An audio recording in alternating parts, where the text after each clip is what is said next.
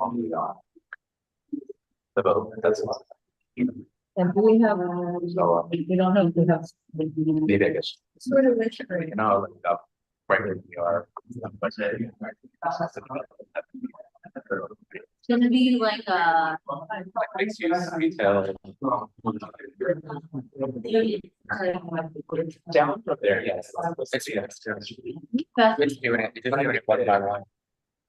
The owner just refiled for us. No, have either of you guys, He like changed. to Join. less room. For me, I don't usually don't like can if you. well, I don't need to, but The what's. somebody to. I'm on if you want to put me on. Oh, Like a beautiful two-story. no, you don't have to. So I don't- Assuming that- Michael and I can. Hi, my apologies. I can't barely make out anything. Speaking. Who is speaking? Okay, this is Laura Myers, if you can hear me. Somebody. Hi, Laura. We have to count for a moment. Hi.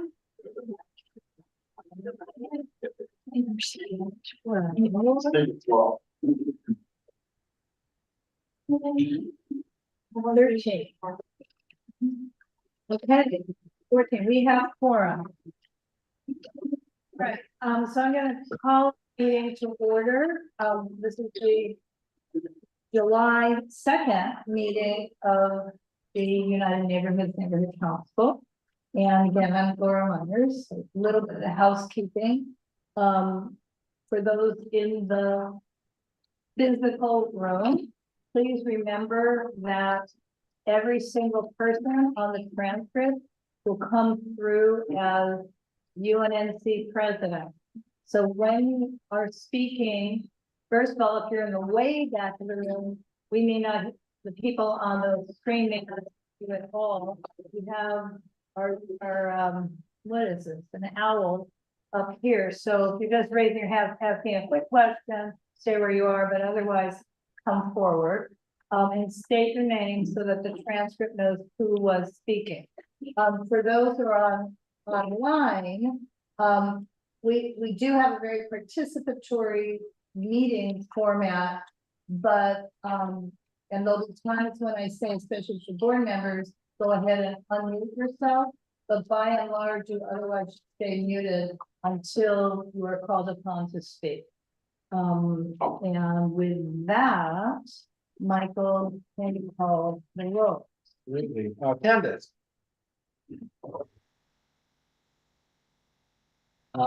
Chris. Present. Here. Hunter. Here. Laura. Here. Joshua. Show.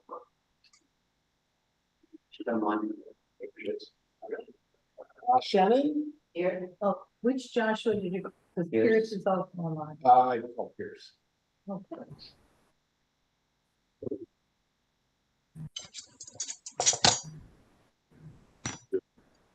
Shell.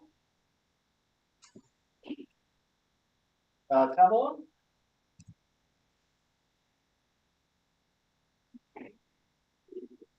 I'm here, Kareem. Here.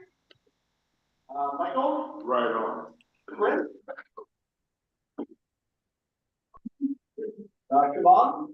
Here. Sandra. Here. Caesar. Here. Rabia. Here. Josh. Stevens.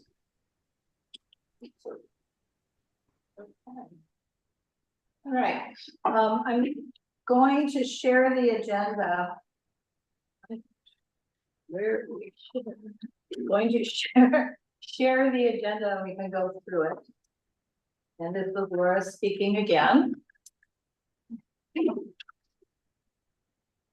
Okay. And I hope you can see it. So our item 1 is the roll call to order. Michael, what do we have for those who are present, members voting status, if you know? Chris, I know is ineligible. I guess actually, we need to just ask, for both Shannon and Joshua, Stevens, can you just verify that you have taken the funding training? This is Shannon.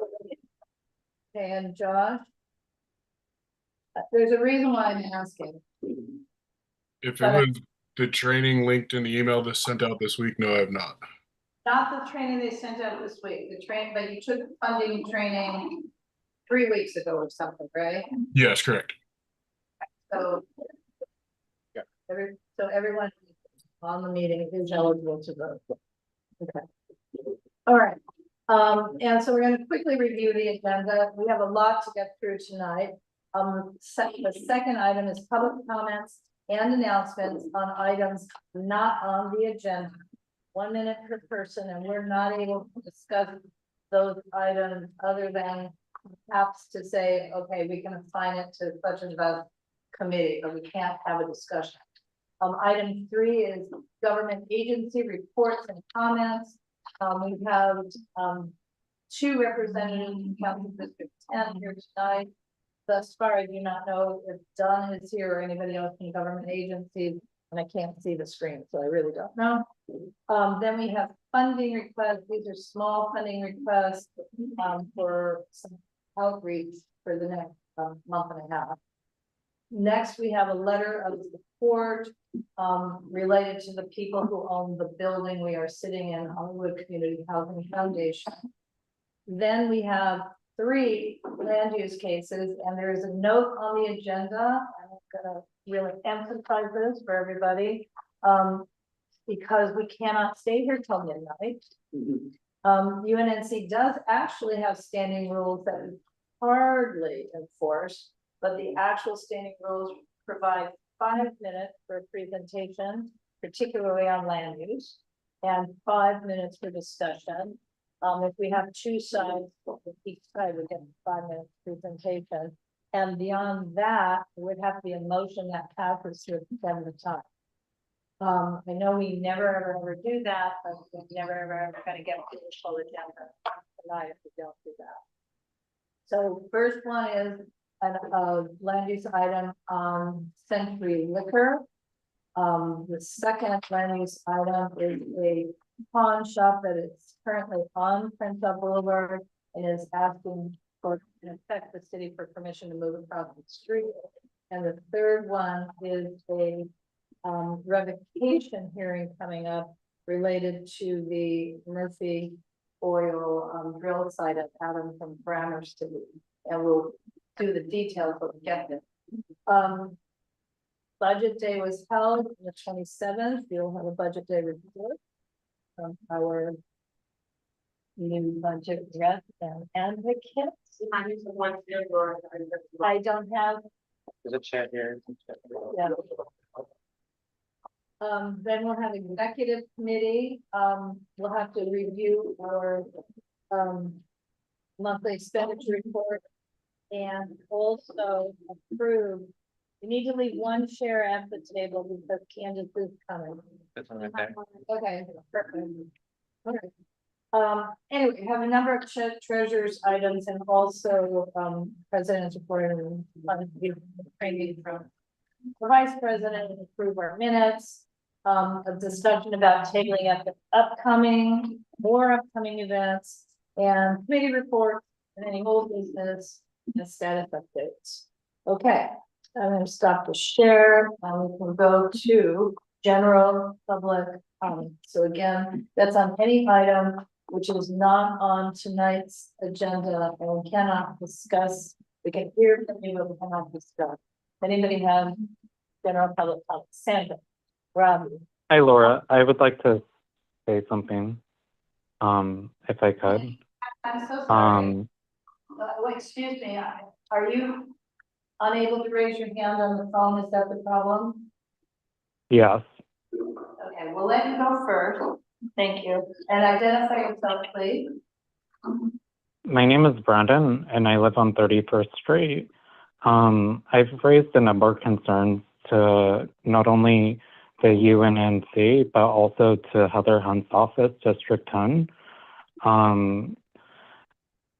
This problem isn't a new problem, and after doing a little bit more deep diving with Google, I found that there's been building reports citing the same issues dating back to July of 2020. And I just don't feel that there is being proper follow-up from the UNCC nor from District 10 to make sure that things are being taken care of, because things are just deteriorating in such a degree that it's now becoming not only a safety issue, but also a fire issue, because they're running electrical cords from one side of the street to the other to supply electricity to the vacant property. So I just don't know how to get this added on to the next board meeting, because I know that you were CC'd on this as president at UNNC, Yes, I believe at .org. yes, you had emailed us after the agenda was published. I, again, normally would not comment, but I know that CD10 will take a moment also to address this. And the intention is, with Corinne and Grace's permission, that we would agendize this to your next meeting, to the next public safety committee meeting. And then we'll come back forward. But we have written letters, so I think we need to move on to other public. Was your email from Palms? I did respond to that email. Maybe it went to your spam folder, but I did personally respond to it. Right. Yeah, and Ally's gonna address it a little bit in her report. Okay. Robbie? So again, I sent that email back on Monday before the actual formal agenda was sent. I believe the formal agenda was sent yesterday, if not the day before. I'm really sorry. For general public comment, it's 1 minute per person, and we are going to address this, but I need to move on. I'm really sorry. Me as well. This is Rabia. I just want to say the emergency preparedness workshop was great the other week, and I would love it if CD10 or we could request a cert training for CD10 or UNNC. Okay. Dolores. Thank you, Laura. Good evening, everyone. I'm a resident on 31st Street in Region 6, and I'm here in support of my neighbors, one of them being Brandon, who just spoke regarding the ongoing problems we're having on 31st that have gotten progressively worse, and hopefully when our CD10 rep gives her report, she will give us an update on what the city is doing about it. Thank you. Thank you, Dolores.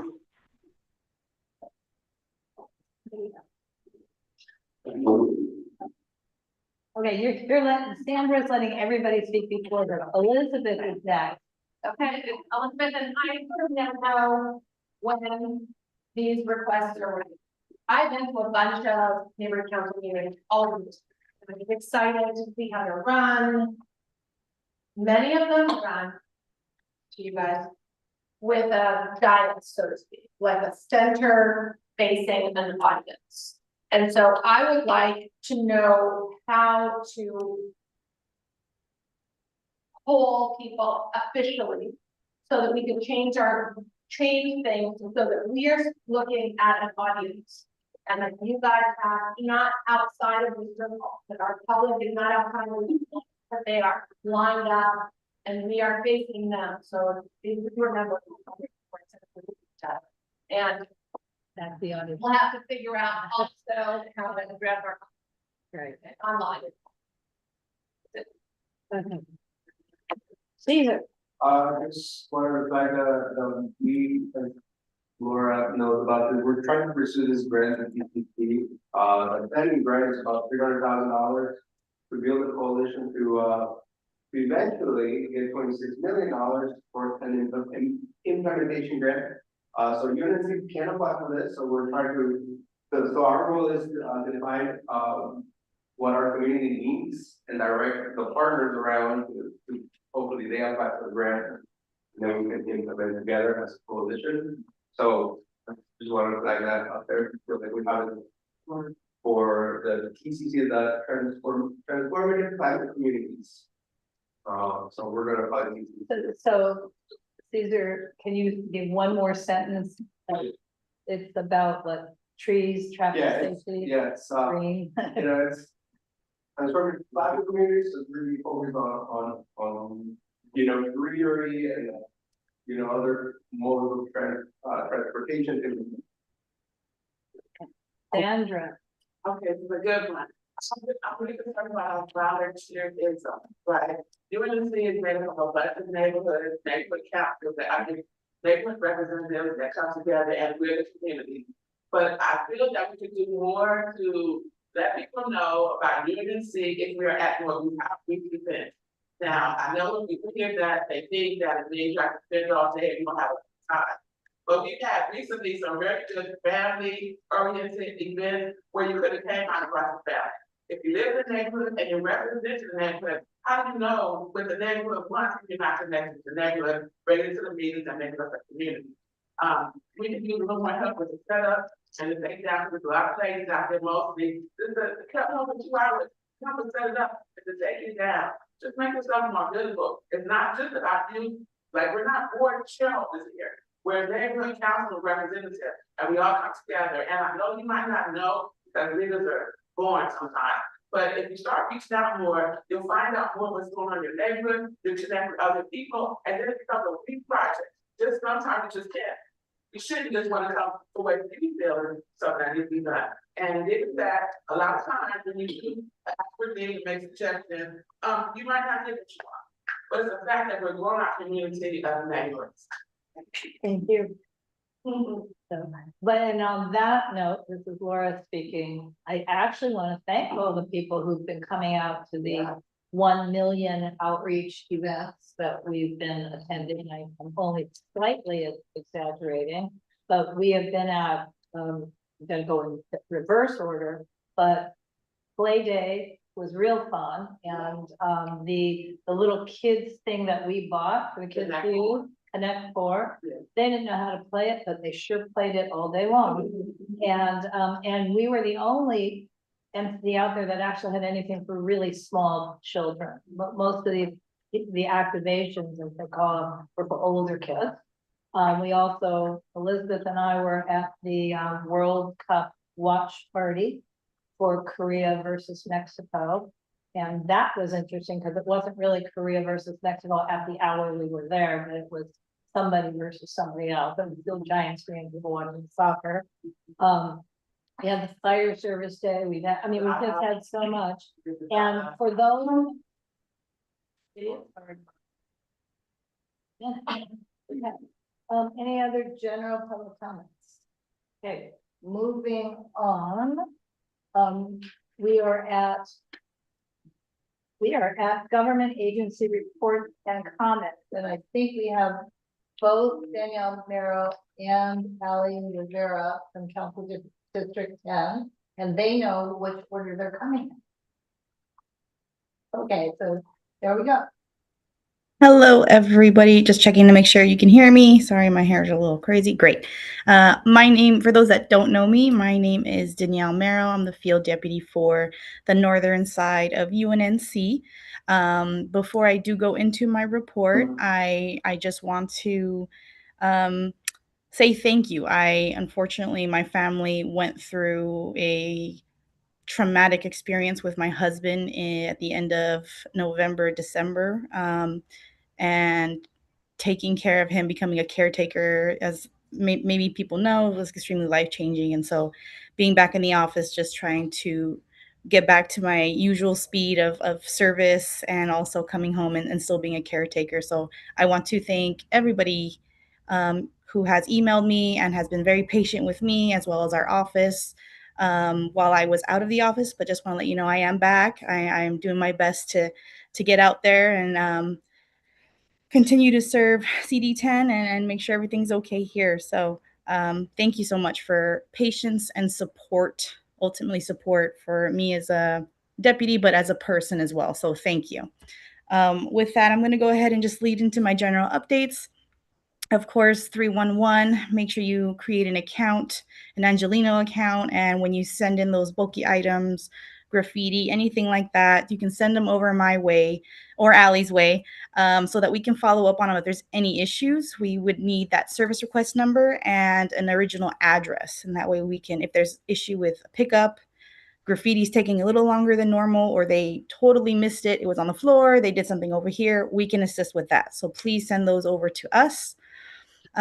With that, I have had a few people in the Harvard Heights area ask for coyote kits and the signage. So just want to put out a reminder that we still have coyote kits as well as the awareness signs. They're lawn signs that can go place in corners where there have been sighting with information. So please let Allie or I know if you would like them. We can have them ready at the Pico district office, or we can drop them off if you're unable to come by. The councilwoman understands that, you know, illegal dumping and cleanliness of CD10 is still a big priority for everybody. So she's still continuing to fund those crews. With that, they've been able to handle multiple locations, you know, in UNC's area, ranging from weed abatement, tree wall maintenance, curb and sidewalk cleaning, illegal dumpings, homeless encampment removals, and more. Some of the locations I want to highlight are, they're very generic, but they're just kind of stretches. We had several tree wall maintenances on Washington Boulevard, Manhattan, 6th Avenue, Crenshaw, and Normandy south of Washington Boulevard. Several curbs cleaning on Venice, Wilton Place, and Van Ness would be stretches that I've seen driving into the office that needed a little bit of maintenance. So had the crews go out there and take care of that. And also bulky item suites and weed abatement on 23rd between 8th Avenue and 3rd Avenue. I just posted, if you're a friend, on my work Facebook, I just posted a series of photos. I love a good before and after photo, and I trained Allie too to take good before and after photos. So I posted a series of those so you can actually see kind of what these crews do and what we have them target when we drive areas. And if it's not reported, if we see it, we make sure that we're proactive and it gets cleaned. Just want to highlight two small updates. One of them is a safety update. The community, at the request of the community, a traffic study was conducted for a new stop sign at 21st and 5th Avenue going east and westbound. I submitted the request to DOT, and a study was conducted and approved for a full 4-way stop there. So we should be having that coming soon just to make that area a little bit safer. I have coordinated with the senior lead officer to have motor pool in the area to enforce this new stop sign, just to make sure people are actively paying attention and not just kind of going through it.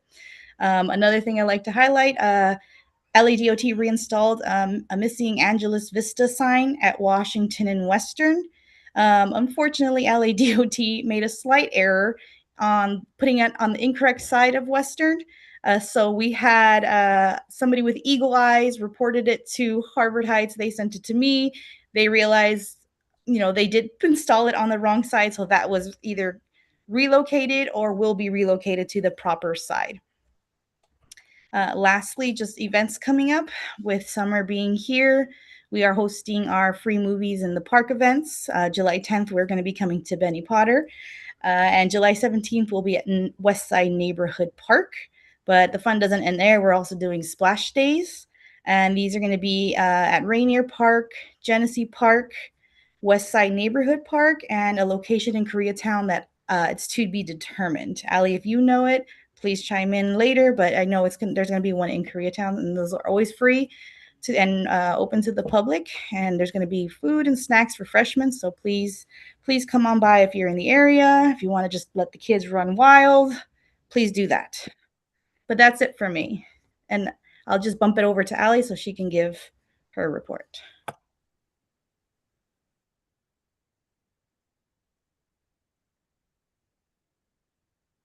There are no questions. I'll begin. I'm Elisa Rivera. I'm the CD10 field rep for the south side of UNNC. And I apologize if you can't hear me. I am in a vehicle at the moment. So appreciate your patience. I just wanted to, Danielle covered most of it. Just want to thank everybody for our patience. I did submit a lot of requests for our rapid response team. We had some recent scheduling issues, so they are out there now. I saw some that I put in about a week ago that they have since cleaned up, and they are working towards others that have been put on recently. I did work with our senior lead officer in Jefferson Park, as well as closer to West Adams, with 2 encampment cleanups in the past week. We've also targeted other locations that we will schedule next with our LA Sand team, and ensure that we are following through and following up on any others that are currently in mitigated alleys that we will need to walk the area for. Myself and Tiffany will be walking the entire Jefferson Park neighborhood. So if anybody would like to join us, and that's Jefferson Park on 31st Street and Jefferson Boulevard, to hand out no trespass forms. That way they can be filled out and turned into LAPD. We can turn them into our senior lead officer, Tiffany Cardenas, or they can be taken to the police station. It is important that these are filled out every 12 months. They help with LAPD and their ability to remove individuals from private property, including mitigated alleys, as well as arrest for those who are repeat offenders. So those will help, and we will schedule a date soon within the next week and a half to be out there to get those to anybody. If you would like one and you have my information, I can email that over to you so we can get that done faster. Moving on, we have seen an increase of coyotes. This past week, I did see one in West Adams, and this was early morning. So if anybody would like any coyote kits, horns, whistles, we do have them, as Danielle said. Let me know and I can bring them over. I can also bring them to Movies in the Park for those of you who are attending. I also want to thank Unnc for coming out to, LA 84 Play Day.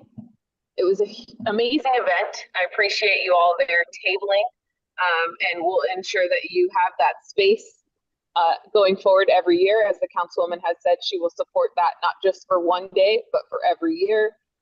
That block party will be there. We want to make sure that our community is aware of who our neighborhood council is and get them involved. So I appreciate everybody who joined and everybody who's out there. It was really nice to see you all there. Next, moving forward, I took advantage of that street closure and ensured that our teams addressed all, since that area between Arlington and Western is not posted for any type of street sweeping or any parking signs.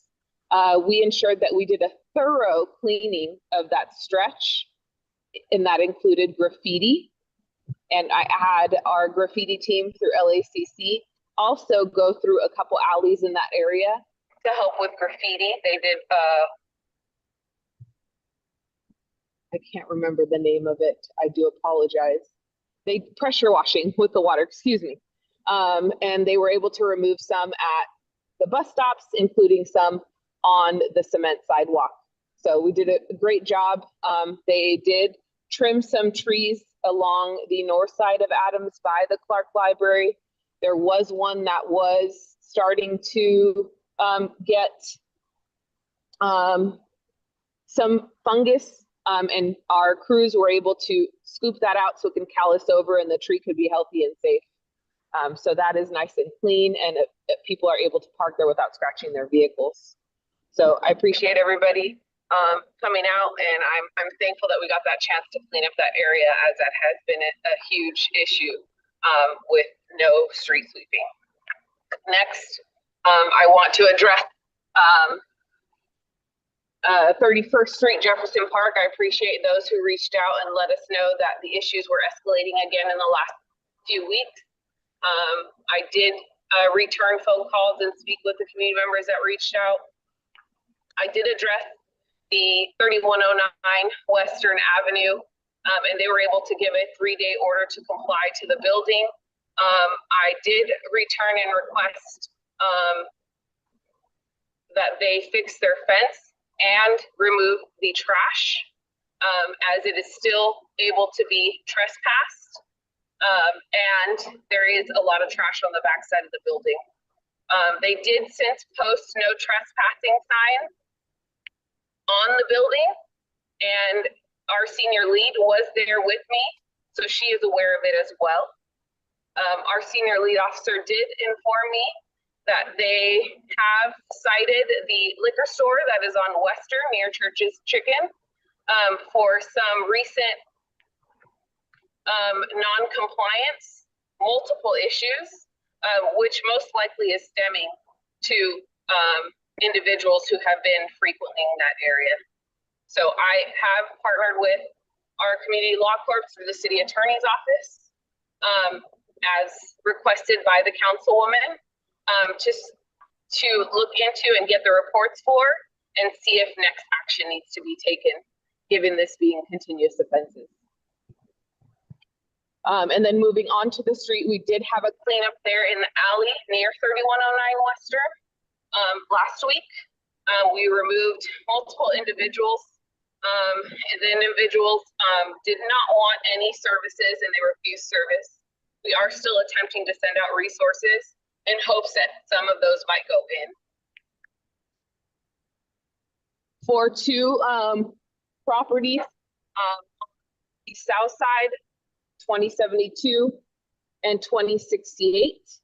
Those 2 properties currently don't have any open investigations, but I have since gone out there and have spoken to our investigator, and we'll have to open 2 new reports as they have continued operations on their properties. For 2081, we have requested support for the RV, which I believe has since left, with our senior lead going out there and communicating to the individuals that it will be towed if it stays. I have spoken with Animal Services, and they are coordinating with the senior lead officer, as she did put in a report days before, communicating with them, and she was already gone for the day when they finally went out. So they will coordinate to ensure that they're there addressing the loose dogs and dogs on the sidewalk. And I just want to let everybody know that we were able to communicate with the owner of the property. The home has been sent to the city attorney's office, and it's in the process of being filed.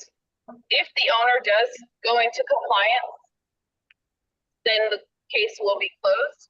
But at the moment, we have not received word, so we will move forward if she does not comply with the communication that we had with her. And that's with the nuisance property at 2081. I have not seen anybody return to St. Andrews. I know they have moved, and I have discussed this, and this is why we're doing the walk with the senior lead. But that's all I have for right now. I appreciate everybody's patience. Thank you. I have a question. I didn't raise my hand. I Yeah, understand. Elisa, you said that the property owner has received a notice to comply. Comply to what? Cleaning up the auto parts that's in her yard and on the curb in front of the house, or what is the comply? Comply involves everything. So everything that is currently the house being open to the public and vacant, it needs to be boarded up and locked up and fenced. Also, all the trash needs to be picked up. There needs to be a no trespass order filed with LAPD. And that way we can trespass the individuals who are currently operating on that property. Thank you. Thank you.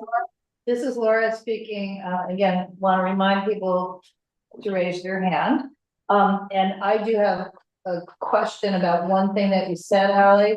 You said that on the south side property, that side of the street properties, there is no open building and safety case. But you and I and a bunch of other people received an email from Catherine Noyes Gaba from LADBS on February 24th, acknowledging that our long letter that included specifically the addresses from 2064 through 2072 West 31st Street, along with 2081 31st Street, and stated specifically that she was going to have one of the senior inspectors look into the matter, evaluate the reported nuisance activities and the encampment related issues. So I'm surprised to hear there's no open case. You don't have to answer, it's not up to you to make an open case. But Can I also raise my hand again, Laura? My apologies. Sorry, I'm on the phone. okay, that's fine. I just wanted to quickly add, I also found, which was easily searchable through Google, that there was also like another open similar case on the same property for the similar issues back in 2020. So it just feels like it's just starting to go into like an endless loop. And I do appreciate everyone on the UNNC that helped send the letter to District 10 in representing us, but it just feels like we're starting to go again through a further deterioration, and it's becoming more and more of a fire issue than anything. And all of these homes are over 100 years old, and they're all built out of wood, and they'll go up in an instant. So yeah, my apologies. Thank you. All right, thank you. So again, my thought is for Corinne and is Grace still here? Grace still here? Grace left, but Corinne, you're still on. Are you guys having a public safety meeting on the second Monday of July? I will address that with Grace tomorrow. Okay, so ideally we can have a meeting, the room is reserved, and the room is reserved. And this can be on the agenda for a full-on conversation and not me saying, nope, can't keep talking about it. But I do need to say, nope, we can't keep talking about it at this point. Yes, we can't, but I want to respond to you, Laura. The Yes. senior inspector was on the call with me as requested by Catherine. And he is going to go back to the, and this is what we discussed on that meeting, which was 2 days ago. Okay. All right. And I do know that the problem, this is Laura speaking again, one of the problems with the building and safety system is that they close cases, meaning visually what we see online is it's a closed case when they may have referred it to another section of building and safety. And it's a stupid system. I know we're being recorded, but it's a stupid system because what should be written is where to go, not that it's just closed from the general code enforcement of building and safety. Because it could have been referred to nuisance properties, for example, that would not show up. So, but we need to move on if that's okay with everybody. And ideally we'll be able to have a session where we can talk about it more thoroughly at our public safety committee. Okay. Do we have any other government officials with us? No. So the next item on your agenda is funding requests. These are simple ones, so I hope we can do them quickly. Each one will need a BAC. So the first one is CD 10 movies in the park. Is coming not tomorrow, but a week from tomorrow, July 10. What we usually do is give little candy treats out. You know, it's kind of a real quick they get their tacos, they get their drinks, and then they get their candy, and then they go find their seats. We did get a strange donation that play day of Takis. Oh, I did shit. Hot Takis. That little bags, lots of little bags. But nonetheless, we probably need to buy some candy. So I'm suggesting we just do a BAC for up to $75, although I think $40 would probably do. Is there a motion to buy candy? Make the motion to approve. Okay, Hunter makes a motion, and is there a second? Second. And Candace seconds. So the motion is to approve the purchase of wrapped treats, but you just know they're gonna be unhealthy sweets for attending, for the children. That, no, we're not buying fruit. We tried that one year, did not work. We ended up with a whole bunch of fruit that we had to take home. A bunch of fruit flies. It's Elizabeth, and all I want to make sure, I would say I'm against sour sweets. Okay, Because it's yeah, particularly bad for the teeth. all right. Oh dear. I told you. I would love to hear you. You can be up to them for next week, I guess. Okay. I'll report next time. Thank you, Danielle. Candace, Yes. Chris, Yes. Elizabeth, Yes. Hunter, Yes. Laura, Yes. Joshua, Yes. Joe, Yes. Lynn, Yes. Edward, Staying. I'm a yes, Kareem, Yes. Siobhan, Sandra, Yeah. Caesar, Yes. Rabia, Yes. Josh, Yes. What's the movie? Elio, Elio. Disney, Elio, I have no idea. It's a couple Elio. years ago. Okay. All right, moving on. Okay, moving on. The next one, a little more money, and I guess I should, you guys, I should also explain that we actually don't have very much outreach money and won't know how much outreach money for sure we have for another 2 months. So, so the next item is how can we support the movie in the park at Leslie Shaw Park? So, put on the agenda is sort of a two-part one motion that we approve our participation as a co-sponsor of the event. And that's in order to buy basically the refreshments, pizza, popcorn, whatever we can, but we'll need to be a co-sponsor in order to fill out an event request in order to buy that food.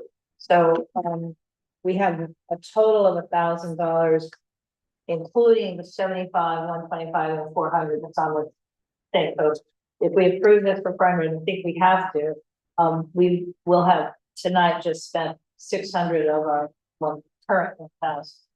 But I think we have to do it. While we get the popcorn, we're becoming a student grant.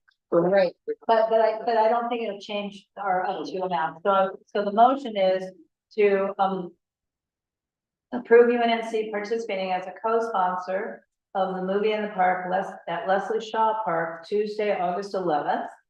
Co-sponsor of the event and up to $400 to purchase refreshments for that event. And we're authorizing submitting an event request to the city clerk's program. I'm not a first. Somebody has to first and then make a second. Can we just like in 1 or 2 sentences explain why one refreshment is $75 and one refreshment is 400? Yes, because the council district 10 is having a taco truck already paid for at the Benny Potter Park, but we're being asked to provide the pizza I see. at the second park event, so actually being a co-sponsor. Okay.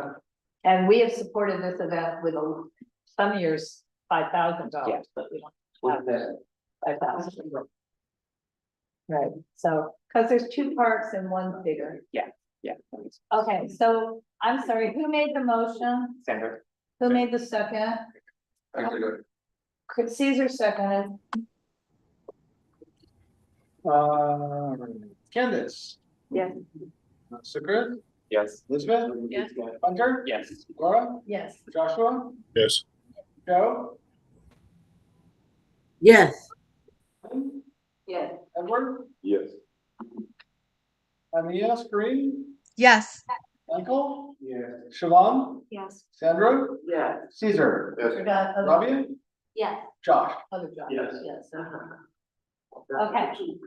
Josh number 2.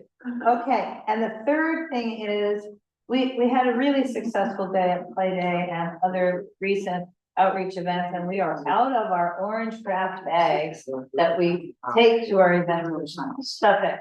So, each 100 of those bags cost $30. So I put a budget of 125, which more or less might get us 400, but I was not really planning about 400 at this time. And we have to put in those wonderful bags. We have, the only stuff we're gonna have to put into those wonderful bags for the moment is anything I'm willing to print at my house or anybody else. Well, I'm saying maybe we could just cut down, don't have boys, and we can get something crazy. Oh, this is just for throughout the year to buy the bags. I'm not gonna buy all those bags at one time. Oh, They come in groups of 100, so you was gonna buy 100 right now? Okay. unless you want 200. I mean, we're not, yeah, okay. And I still. I just don't wanna have repeated agenda items to buy orange craft bags every time we run out of orange craft bags. But I was trying to talk this stuff and put in there. I wouldn't expect stuff in there. Well, not at this moment in time. We are At not. the top, to be active. Because we don't have an approved budget at the city, so. I'm trying to do just some little, we have brochures, we have leftover things. I am able to do some printing, Okay. so, we do, we don't need to print a lot of. Reduce your use of plastic to go to movies in the park. Well, if parents are asking the tougher information, because otherwise we just give us 50 bags, that's not the point. We wanna give you. Oh, yeah, I don't. Right, well, we need to have an outreach committee meeting to decide, the most important event that we have coming up, this is Laura speaking, will be the 3-day Music Under the Stars, where we actually engage with lots and lots of stakeholders. So that's the one where we're engaging with our local adults, and they're not just racing past us so they can get a good spot at the movie. So, okay, but we do need a motion to purchase orange craft paper bags for events, plural, which is the next event. And I again suggest up to 125. You guys could amend that. You will not. I motion that we, purchase 100 orange back paper bag up to 125. Well, I second that motion. thank you, but just craft bags up to $125. Don't limit the number, Okay. please. Okay, so I will amend my motion. Okay, so I move that, I motion that we, purchase craft bags up to 125. Thank you. I second that motion. Thank you. Candace, Yes. Secret. Yes. Elizabeth. Yes. Hunter. Yes. Laura, Yes. Joshua, Yes. Joe.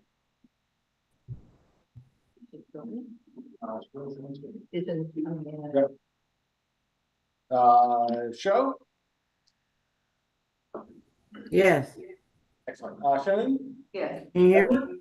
yes. Yes, Joe, we heard you. I'm a yes, Green, Yes.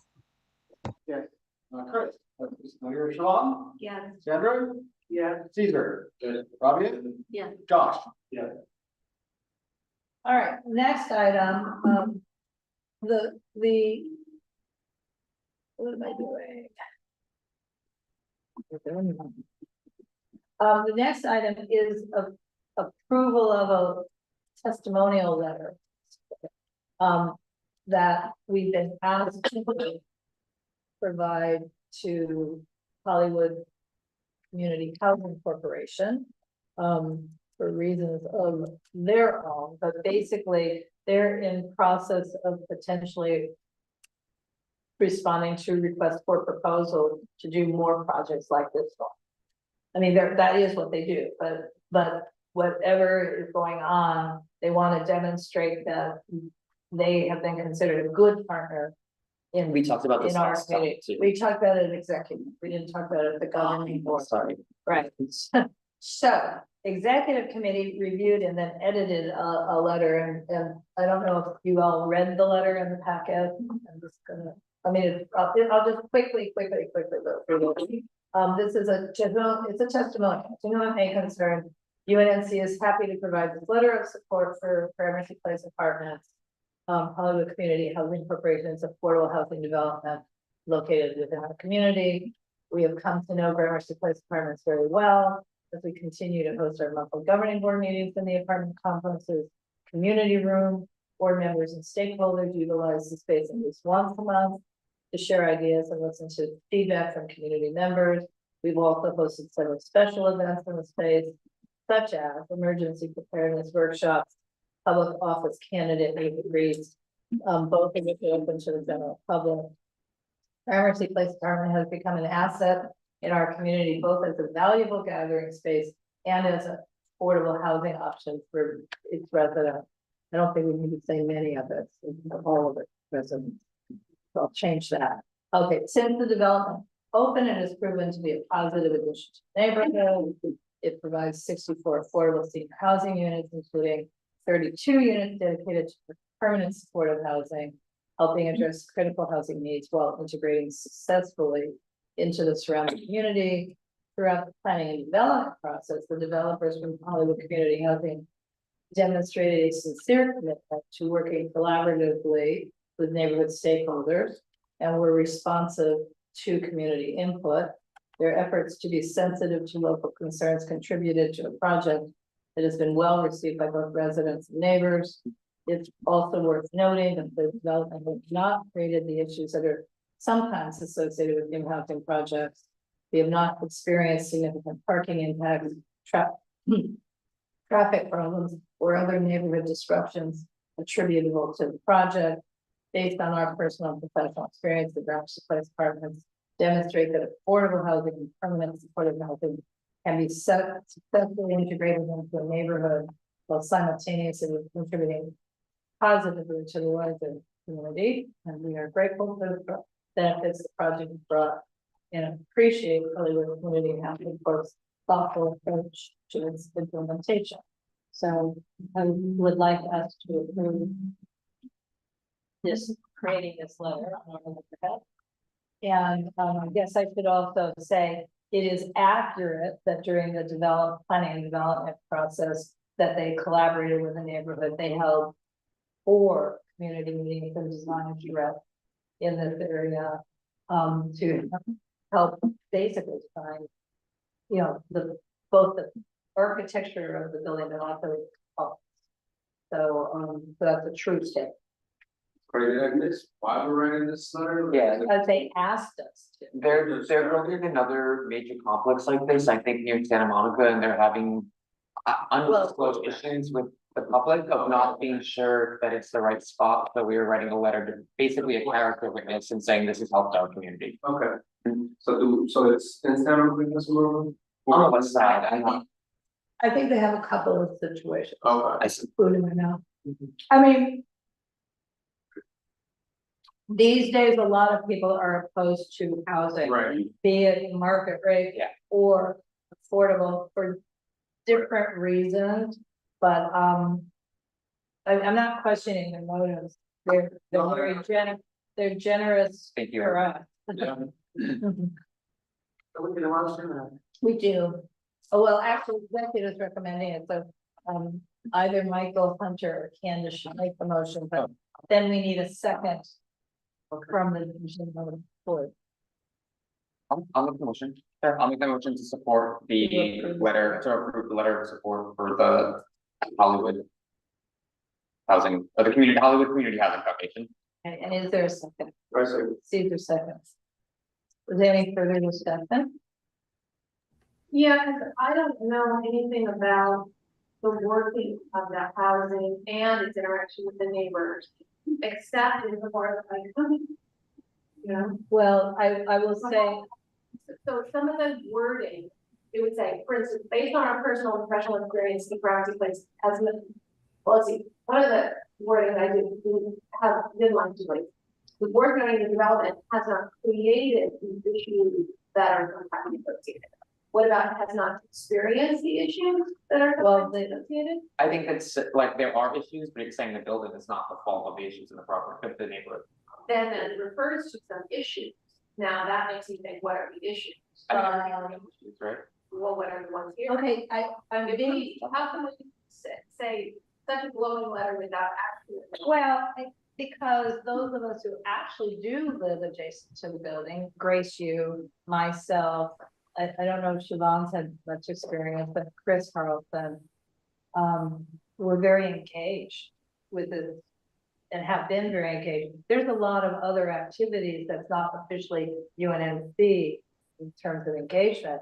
But for example, Teresa helps teach the residents here about vegetable gardening, honey trees up on the roof. Grace, Amazing Grace Conservatory, when it has big educational events, spreads into this space as well. So the letter notes, we've not experienced significant parking impacts, traffic problems, or other neighborhood disruptions that are attributable that would be otherwise attributable to the park. Those are the kind of things that residents often are worried about when they hear word about them. I've been here less than 3 years. They've been a great neighbor. We've had problems in this neighborhood, but they don't come from here at all. If anything, I don't hear anything about this building and the people in it at all. Which is probably the greatest testament to the building and the way it's managed is that people here are really nice and really right. 64 units. Not all of them are single. Got a question, but I think this is all really insightful and great point to ask the question, but so the use of the space and the allowance to be used, is that something atypical of other places? Oh, yeah. Almost all neighborhood councils, unless they have got a public building, have to pay for those spaces. So, and not only that, they've been gracious with the,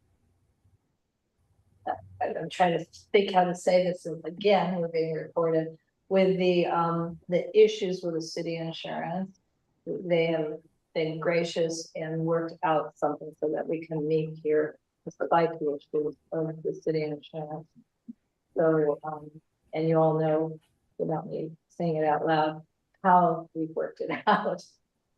So, I mean, in other words, it has been a good partnership, and I'm probably forgetting some other things. Also, at the opening day, I cannot tell you how complimentary they were to UNNC and how many members of the press heard great things about UNNC, although that was just, you know, it's ephemeral, it's one event, but it's just been a good relationship. 2 red flags. I don't like the beloved with mutual praise. I like a few more sentences in the document that's really better that really stress that from our perspective, to our knowledge, that also suggests that there's more research to do than just that. Like, Well, it would just be our own. I understand that. I'm saying, I'm saying. Our perspective Isn't is it that it's what implied in the document? I didn't find it to be implied in the document. But the document is our opinion of it. And it's the nature of the document. Yeah, and it's just saying this is our opinion, but looking through itself is kind of counter to it. I think that's fine. I've been asked to, do we have a motion? Can we just vote? So. we I'd have like to a make the motion to approve as is. Right, and somebody seconded it. So it's just a vote. If you don't like the letter, vote no at this point. So, but I do sadly think we need a BAC. Kendra? Yeah. So Chris? Yeah. Elizabeth? No. Hunter? Yes. Laura? Yes. Joshua? Okay. Joe? I'll get back to show. Shannon? Yeah. Edward? Yes. I'm a yes. Green? Yes. Michael? Abstain. Siobhan? Yes. Sandra? Yes. Caesar? Yes. Rabia? Yes. Josh? Show? Go ahead. No. Abstain. I think I voted out of order, sorry, abstain.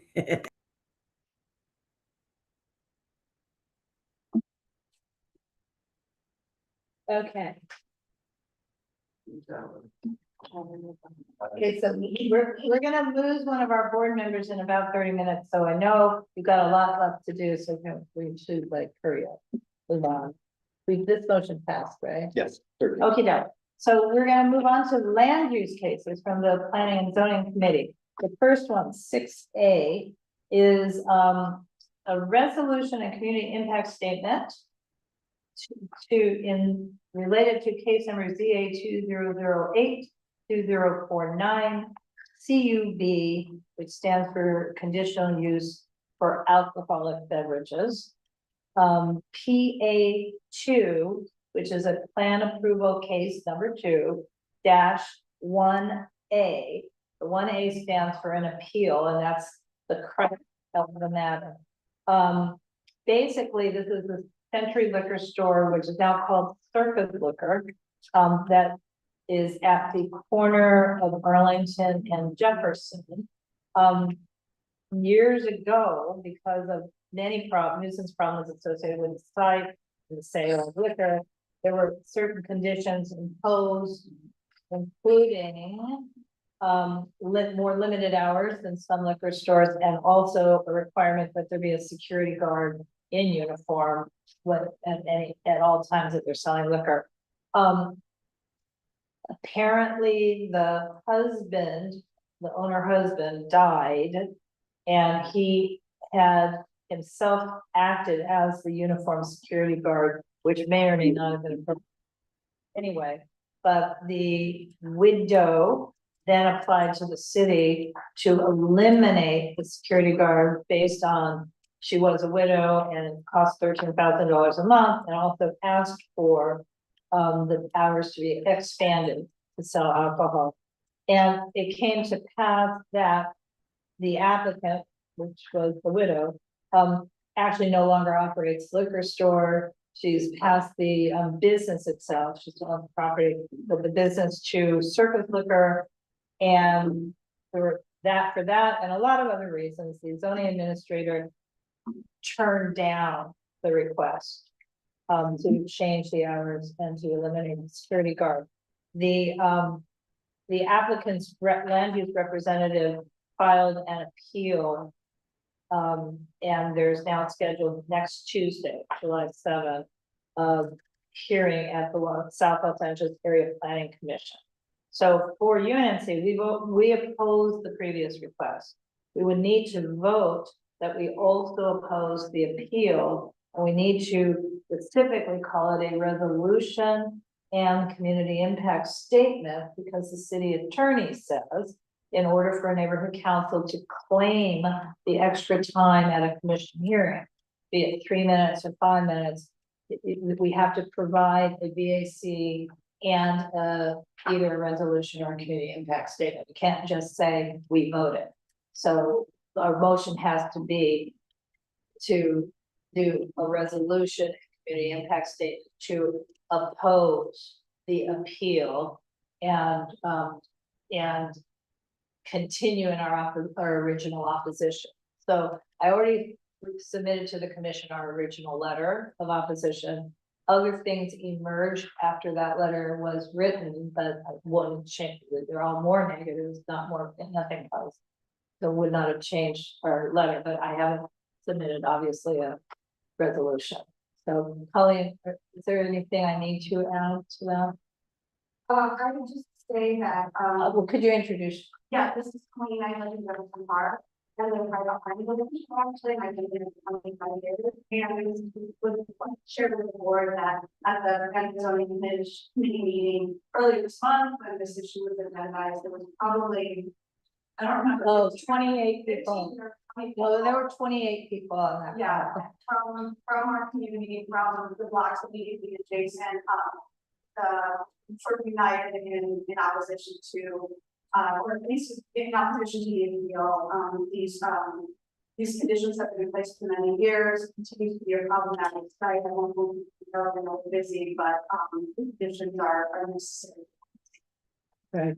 And Steve, you have your hand raised. Can we like do this in a 1 minute or 90 seconds?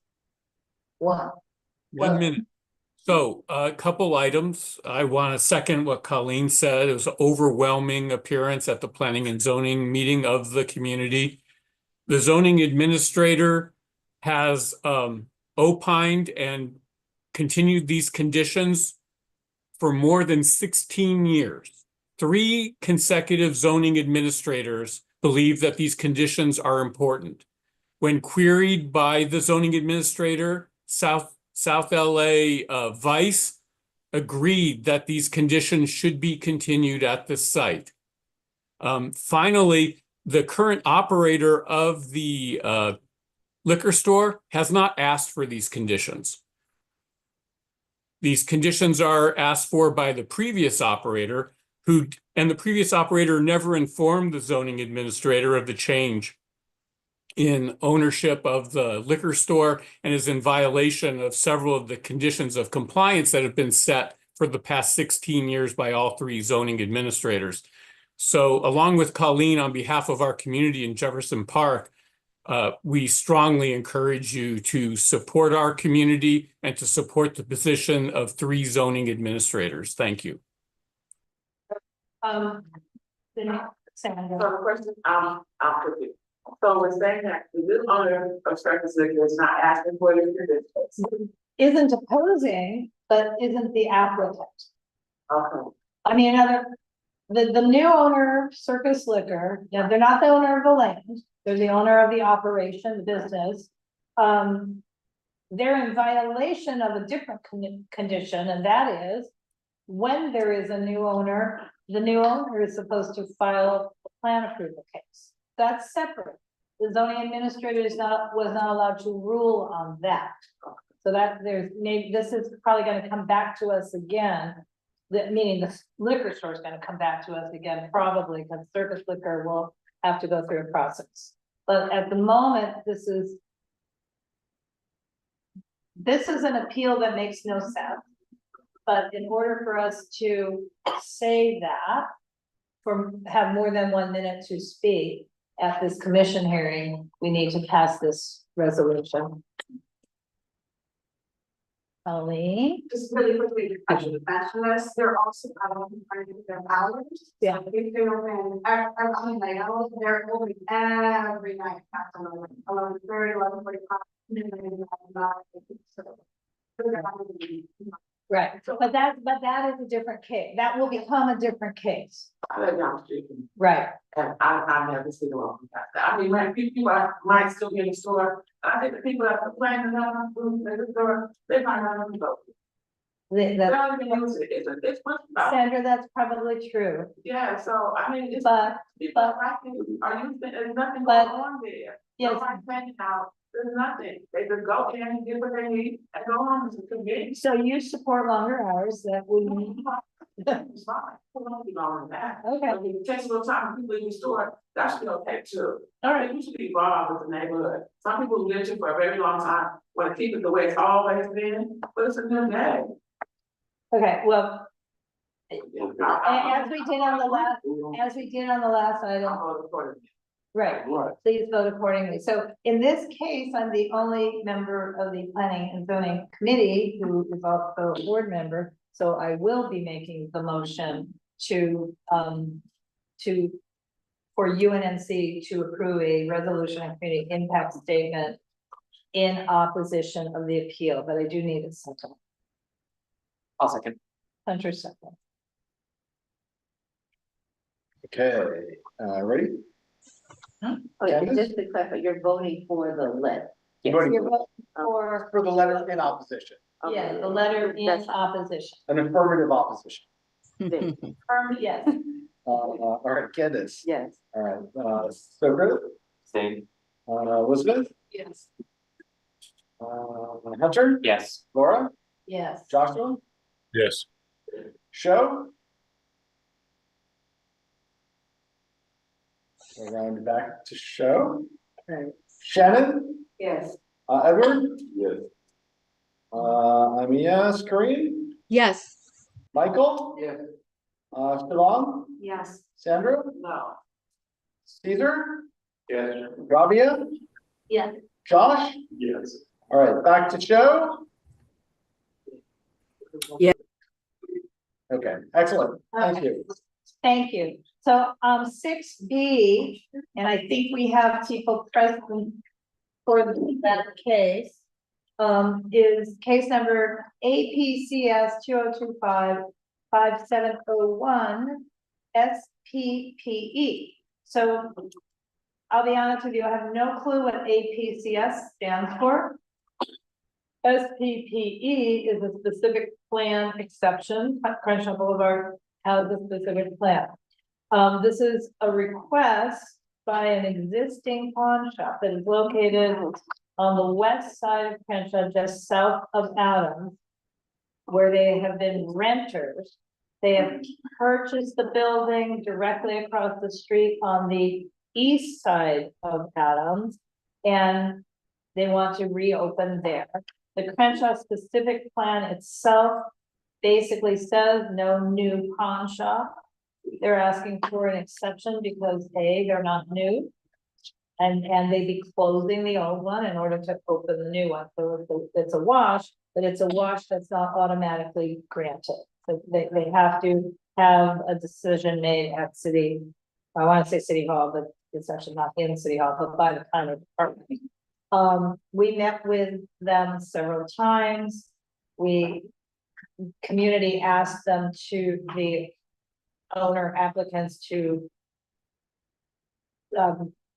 they already had some petitions, but they asked them to actually get petitions from neighbors and not just from people who go there. And they did do that. I am not showing the petition because we ran into a little issue with YouTube. And we showed the petition at the planning and zoning committee meeting, and YouTube said we violated standards because we had people's names and addresses. So you just have to trust me that they got a petition and it is in the agenda. How many names on? I'm not even gonna look right now because everyone could see it and we're being recorded, but it was several pages. And they did what we asked, and actually, so I'm going to say we have representatives from the business, and we also have Chef Marilyn here, who is their tenant in turn. So do we want to, that's Rob and Ilya, is that right? Did you want to present it all, like 2 minutes? Do you want me to show your PowerPoint, or do you want us to just have a discussion?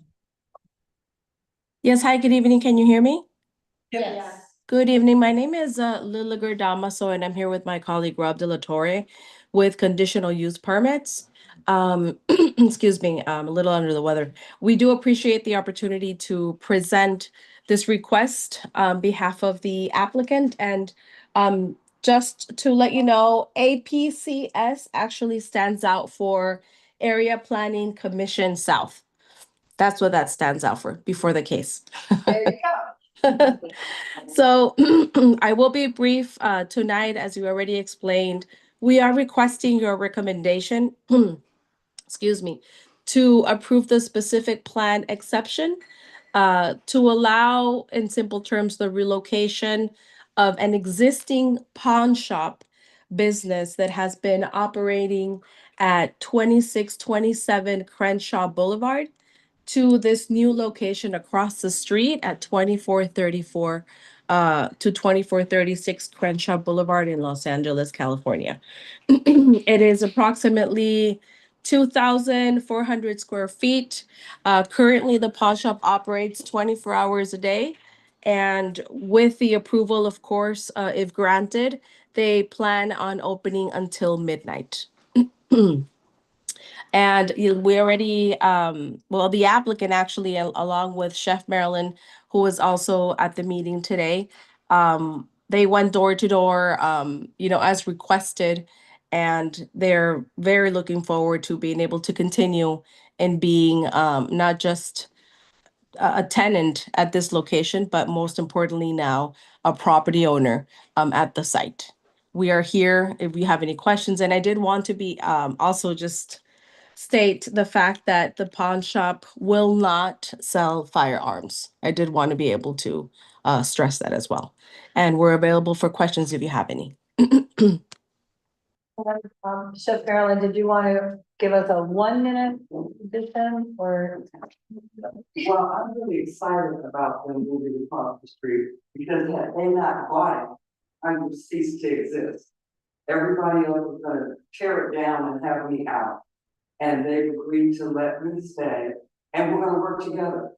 So we wanna make it beautiful. We wanna have it so that my hours will be extended so that they won't be the only place open late. You can come and eat, the place will be beautiful and it'll be really nice. So I'm really looking forward to it. And I personally also went and had a petition signed. So, you know, everybody's in agreement with it. And we're happy because I was out of there, but these other people had their purchase. Okay, so. Planning and zoning committee recommended yes, you know, to support. You know, to support the request. Is the BAP, is this a letter or just a vote of approval? Well, this will have to be, we'll have to do a letter. Okay. So I guess the motion is to support their request and write a letter to whoever it is that has the case and have that letter approved by executive committee. That's the motion. Somebody should second my second. Motion, Laura, second, Michael? Other than that. Yeah. That much I know. I'll second that. Yeah, Question? sure. Just because I used to live in the valley and I remember a neighbor of mine, then I moved to this area. And then the neighbor of mine said, oh yeah, my family owns a pawn shop.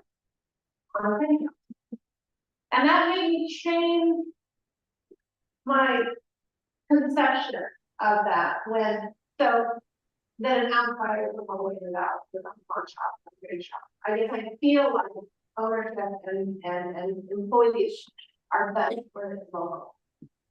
Do you know where are the owners on the line? Yeah, they do not live local, but they're employees. Do they employ local? Yeah. Yeah.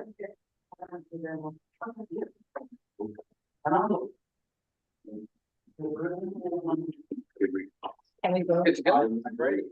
Candace? Yes. Sigrid? Yes. Elizabeth? Yeah. Hunter? Yes. Laura? Yes. Joshua? Yes. Joe? Did you say show? Yeah, we know how you're voting.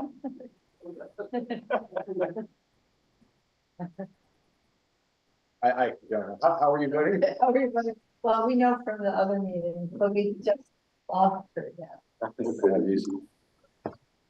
Right, we'll round back. Shannon? Yeah. Edward? Yeah. Michelle?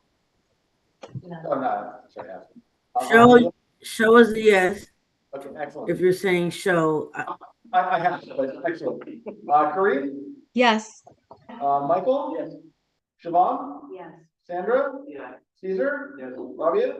Yes. Josh? Yes. Excellent. Motion. Okay. So, Thank you very much. Thank you. Thank you.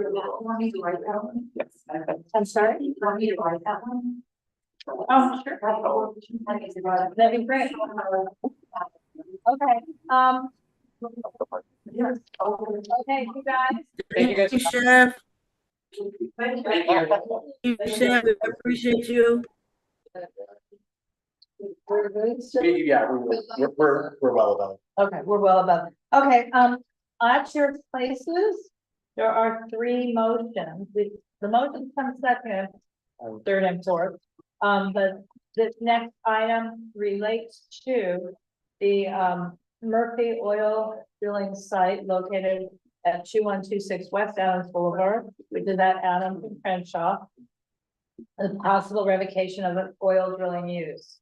So what's on your agenda is essentially, the first part is what's printed on the hearing notice. The second part is an explanation about our UNNC's prior role. So the property doing business as the Murphy Oil Drill Site has generated numerous complaints and received various notices of violations from regulatory agencies. The city has responded by scheduling a public hearing for possible imposition of conditions to abate the nuisance or to revoke the use.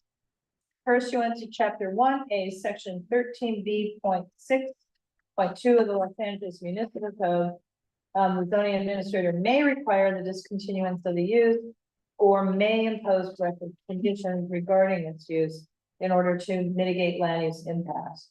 So UNC has been engaged with the Murphy oil drilling site since almost the beginning of UNC's existence, since 2004, with many different cases involving many different things on the site, including gas wells, oil drilling, and drilling new wells, you know, lots of different things.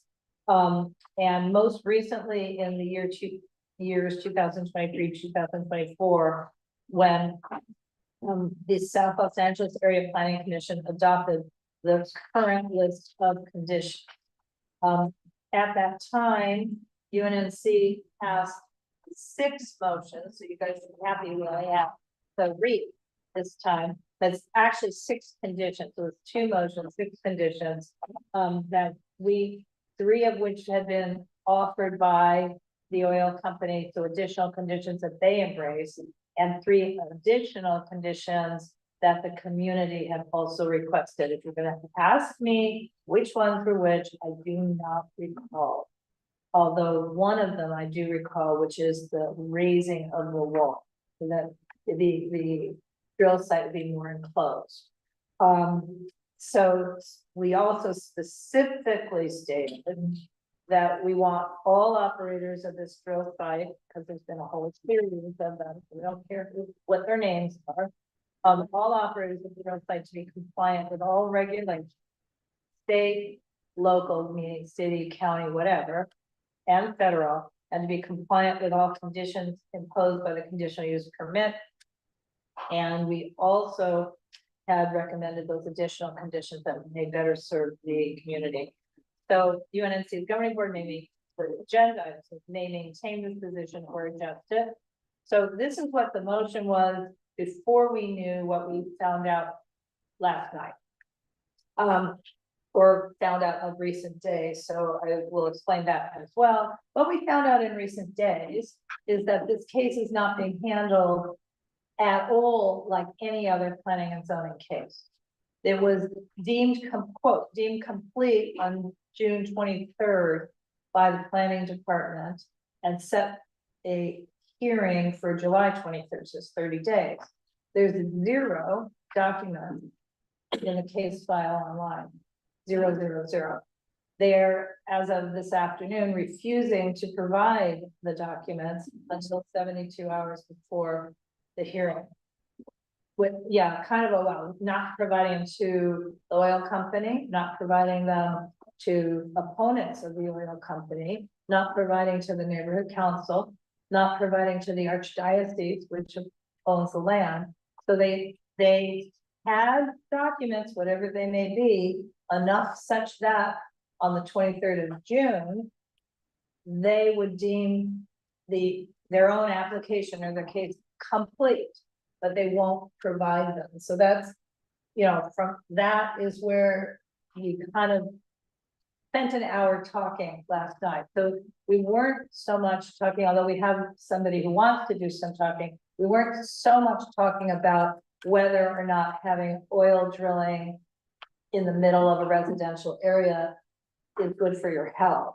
I think, you know, we all know it's not particularly great for your health. We were trying to figure out what conditions specifically were violated such that there's enough evidence that they could actually call this hearing. And we don't know. I mean, we know there's been violations. So how many? 67? 69 from the year 2021 till 2025. So we know there've been violations, maybe big, maybe small, but there's been a series of them, but we don't know if they've been resolved, not resolved. We don't know what evidence was utilized to deem the case complete. Okay, Steve, did you want Am I doing okay? Cool. So, we did come up with 3 motions. We also do have representative, well, from a coalition, I'll say, we have a representative from a coalition who, Stand LA, Redeemer, Redeemer, well, it's Redeemer Church, but they have a separate nonprofit, Holman Church. I mean, there's a coalition that is leading the advocacy to shut them down, and I'd like to give you like 3 minutes and introduce yourself, and for this purpose, if you can actually be here's the hour, if you don't mind. Come to the hour and introduce yourself. Sorry. Yeah, it's different, yeah. Because if you look up Michael's computer, see how it looks. Yeah, okay. So you could just talk there. You don't have to talk to the owl. Okay. You talk to us. Talk near the owl. Okay, sounds good. Okay, well, good evening, everyone, online and in person. My name is Nancy. I am the Director of Organizing Policy at Redeemer Community Partnership. We are a 501c3 in mostly the Jefferson Park, University Park area. And I have my colleague Charisse with me, recent USC grad, just joined our staff. She's gonna actually be passing out some materials as I speak, and actually these are really great. But yeah, I know that the question at the hand, like you said, isn't necessarily about the health. We know it's bad, but I do think it's important to name some of the health impacts. If actually I can grab one real quick one here. And so in the materials that Trace is handing out, there's a few things that I'll kind of highlight. The first one is health brochure, right? And so we have partnered with Dr. Jill Johnston and Dr. Bhavna Sunder, who Dr. Jill Johnson works now at the University of California, Irvine. They've done research specifically on the Murphy drill site, but also the South LA drill sites, and have found that some of the chemicals that are used at the drill site, including methanol, benzene, other volatile organic compounds, hydrochloric and nitrochloric acid, sulfur dioxide that is emitted, all impact negatively our respiratory health, as well as is linked to leukemia and other blood cancers. Methanol is a flammable air toxin that causes headaches and dizziness. There's also been found endocrine disrupting chemicals that are emitted from operations at the drill sites, meaning that they do disrupt the normal function of the female reproductive system, and has resulted in things like miscarriage and prenatal births and birth defects as well. So I only have 3 minutes, so I'm not going to go over all the things, but if you want to read more of that research, that's here. There are about 16,000 people who live about a half mile from this drill site specifically, and it's a super dense neighborhood. There are 3 elementary schools within 1,500 feet of the drill site. Thousands of students attend these K-12 schools, including STEM prep, which I believe Eric Barlow was the one who recommended this item be added to the agenda tonight. And there's also multifamily apartments, as well as senior center, a convalescent hospital. So it's HIV/AIDS testing center is literally right next door. And the apartment building that's right directly, and this is so that everyone can see, because it's hidden behind a wall, so you can't see what's on, but this is an aerial drone footage shot of what's happening inside the walls. So that is a material there for you. So I'm talking fast. I know we have a lot of the agenda tonight. And then the other materials here, sorry, is a newsletter, the most recent newsletter, and I'll kind of go over some of the highlights of it. So I'm not going to go over everything on there, but the thing that might be pertinent for this conversation tonight, I know the way that it's related to the motions that are on the table, is this recent violations overview. So like Laura had mentioned, there have been 69 violations, regulatory violations from the years 2021 to 2025. I'm going to highlight just a few of the most recent ones from the past year, a year and a half-ish. So like Laura mentioned, some new operating conditions were imposed on the drill site in 23-24, but since then, they have still continued to violate a series of state and local regulatory, just rules and conditions, as well as the city's own conditions. So again, just some highlights, just a little bit of time. In August of 24, operators sprayed a neutralizing agent into the air to mask the smell of oil, which causes, again, respiratory things, headaches, nosebleeds, dizziness. And it was the South Coast Air Quality Management District that issued a notice to comply. In January of last year, the same South Coast Air Quality Management District issued a notice of violation after they discovered a gas leak of 209,000 parts per million. Just to put that into perspective, that's 4 times the explosive level of 50,000 parts per million. And in 2023, CalGEM, which is the California Geological and Energy Management District, the state regulator, they did an aerial methane survey of the drill site and found that it was blanketed in methane. And so that's kind of the yellow thing that map that you see here. As we know, methane is a greenhouse gas that's 84 times more potent than carbon dioxide over a 20-year time frame. Also, just it's one of the harmful chemicals listed in the health brochure that is not good for us. Last April and last May, there were a series of acid maintenance projects that ENB wanted to conduct on the drill site. But we know that acid maintenance is basically, they're trucking up a bunch of acids that they're driving through the neighborhood. And these acids are like some of the hydrofluoric acids that I mentioned in the health brochure are just again not good for us. And so we staged a couple of pop-up protests that kind of delayed the acid maintenance jobs, and then that got the city some time to pass a zoning administrator interpretation of these kind of acid maintenance activities. And they didn't prohibit it, but they recognized, some of the health impacts of this and put just more conditions on when and how an operator is able to carry out these acid maintenance jobs. Another one I'll highlight is, in November, that's the last one I'll say, is last November, Air Coast Quality Management District, AQMD, did issue 2 notices of violation for using equipment that's prohibited to use within 1,000 feet of K-12 schools. And this is the second time that they've been issued this violation by the AQMD. The first time being in 2021. So again, this is this pattern of breaking regulatory violations in disregard for the health and harm for creating the neighborhood.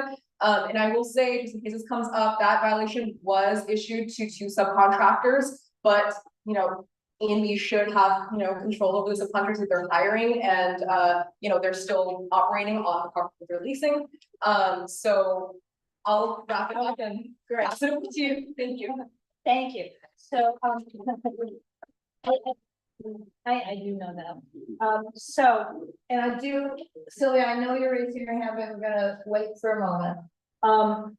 What we heard this presentation not at double speed and thoughtfully, but it kind of came down to what the committee felt is that we don't even know if that's the basis of this action that the zoning administrator is taking. It turns out, because we learned it last night, that there was a council motion that initiated, directed the planning department to work with building and safety and the city attorney to do an investigation and do a report to determine whether or not, that they may end up having a revocation hearing. So none of this makes me feel comfortable that, there's a report that no one, what is it? So I actually jumped our gun a little bit because I realized tomorrow's the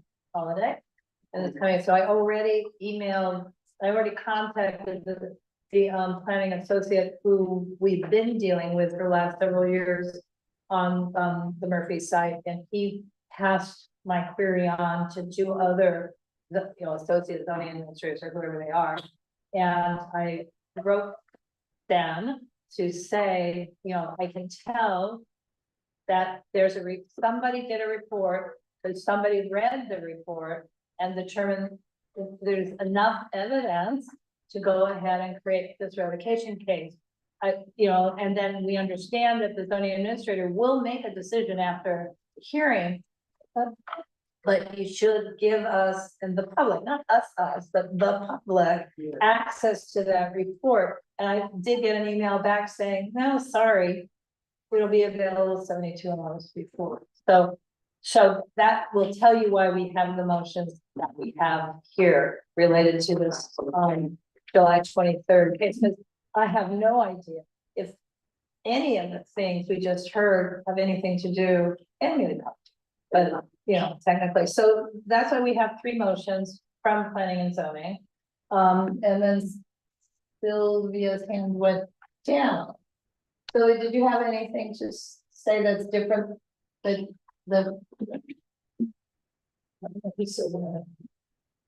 Okay, sorry, I know you took your hand down. Okay, Laura, can I answer? sure. This is Sophie, just while everyone's here, has there been like any sort of study about actual health hazards and hazards in the area, like civil mitigations? It's from research that's already been conducted by like the so I'm happy to provide links to those studies. We can learn. But anything related to like actual cancer rates or data in that respect, or any civil litigation that took place? You know, I'm just curious if like people are actually, I mean, they are, but it's documented that people are. Well, there's been, I'm gonna partially answer that. There's been a lot of anecdotal testimony at the various hearings over the years of young people in particular with asthma, et cetera, in the area. I just want to point out that that's not topic of the hearing. See, this is the problem. This is not a hearing about whether or not oil drilling in the middle, where you live is a good idea. Back in 1959, it was not a good idea when they first approved this, here and many others. This is about technically, if the oil drilling operator is violating the conditions that are in place that they're not supposed to be violating, but we don't know what the conditions were that were violated. I mean, we have some sense because there's was communications in the related case file that the pipeline cleaners, the people who were cleaning the pipeline violated a lot of things. They're a subcontractor vendor. They didn't get permits. They didn't tell anybody they were going to be there. They come every 5 years, and the actual operator E&B is sort of saying, we asked them and they're not telling us anything. That doesn't seem to be a good idea. And that kind of informs the first motion we have here. Anybody who's a subcontractor should be subject to exactly the same conditions as the actual operator. But there was also like a violation of the website wasn't updated fast enough. There's also that the wall is being built too slowly, but they did go to the HPOZ. They haven't had to go through engineering. They're now in plan check. So, that doesn't, I mean, it may be good to build it faster, but anybody who's tried to do a small improvement project at their own home, that's how long plan check could take. I just wanted to know if there were health studies. Can we discuss that at another meeting? We can, well, this is what I remember. I did send you guys an email, like, go to planning and zoning if you want to have a long discussion. There's a hearing on the 23rd. Right, but not about planning and zoning, about like the health risks, about. Oh, yeah, absolutely. Yeah. There's gonna be, you're having it on July 18th. Yes, and so that's the mini yellow flag that you see on July 18th, a couple Saturdays from now at Pullman. United Methodist Church, we're having a town hall, we'll have a team comprehensive meeting, we switch up, which is what we'll. I don't see This little one. No. Oh, team. Yeah, it's smaller and now. And I have more close to the but yeah, and then I just do want to say, I think the question at hand on this one, like we were mentioning last night, right, it is a little broader than just the conditions. It is a question about the actual land use itself. I think that the health impacts are part of the question of things that exist in the neighborhood. So I do think that's just my 2 cents worth discussing. Well, that's a really good discussion, but that is not what the hearing could possibly be about, because there are laws protecting landowners. Sure, but it's a comment, give comments. Yes. Yes. So in fact, and that's what I'm saying, we learned, Steve and I have been doing a little bit extra homework, trying to figure this all out. And sorry, I'm going to, essentially our concern is transparency. Yeah. Well, our concern last night is transparency. Why are we concerned? So this is a little sort of summary of the email I sent first. Why are we concerned? There are 0 documents in the case. Zero, that's not good. One of our local residents submitted a public records request. And although that person got an acknowledgement of the request, they got nothing else. The department is not really required to wait to the last minute to respond to a public request. The motion that was passed by city council, I already said this, directs the planning department to investigate and prepare reports. And then said the zoning administrator may institute administrative abatement. But it didn't say it had to. So that's what I'm saying, somebody made a decision that they're going to, and did do. And then, this is technical, section 12.27.1 of the municipal code, which is the code section, administrative section, where revocation can happen, says basically prior to an action by the zoning administrator requiring that a use be discontinued, it must be found that prior governmental efforts to eliminate problems associated with the use have failed. And the owner or lessee has failed to demonstrate to the satisfaction of the zoning administrator a willingness or an ability to eliminate the problem. So this is where they kind of get, well, can the problems ever be eliminated with oil drilling? Maybe not. Certainly the health problem probably not. But it would imply to a couple of things, that there has to be a report that they have that they're not giving us, that we initiate this stuff. So anyway,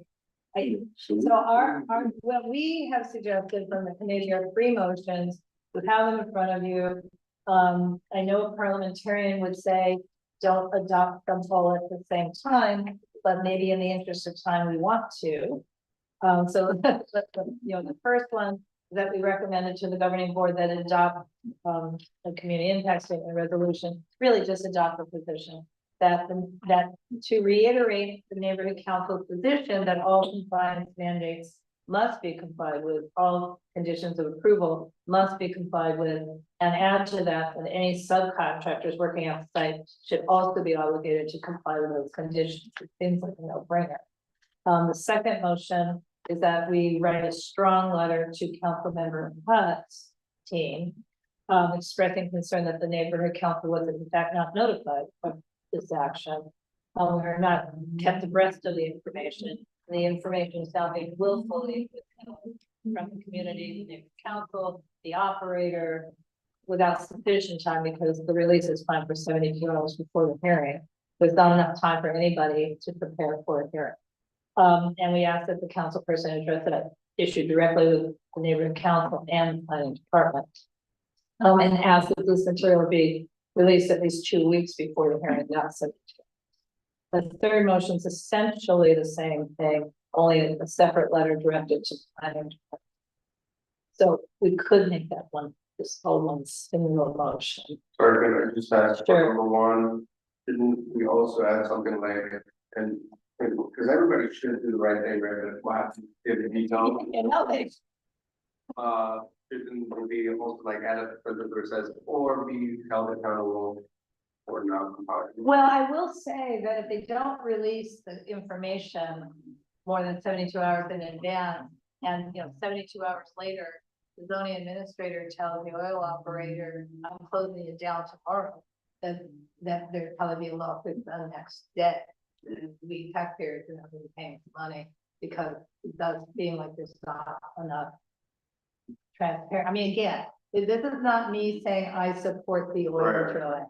This is me saying it's the process. It's got to be fair. It's got to be open. It's got to be transparent. Yeah.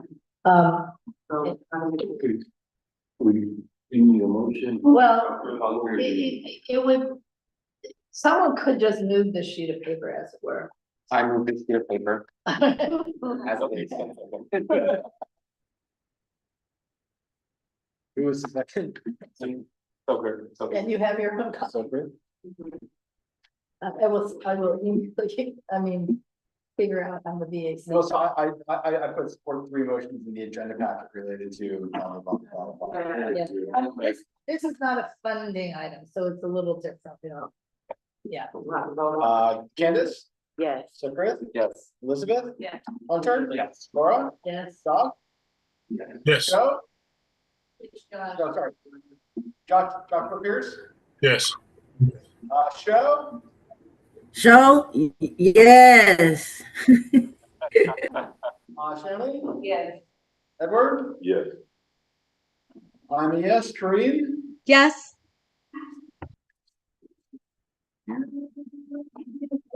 Shalom, Yes. Sandra, Yeah. Caesar, Yes. Rabia, Yes. Josh Stevens, Yes. excellent. Okay. Next item, I know now we're on that speedway that we always find ourselves, Rabia. Hi, budget day was great. I am the budget advocate now. There are 2 meetings a month, and I think anybody can come, so you guys should come.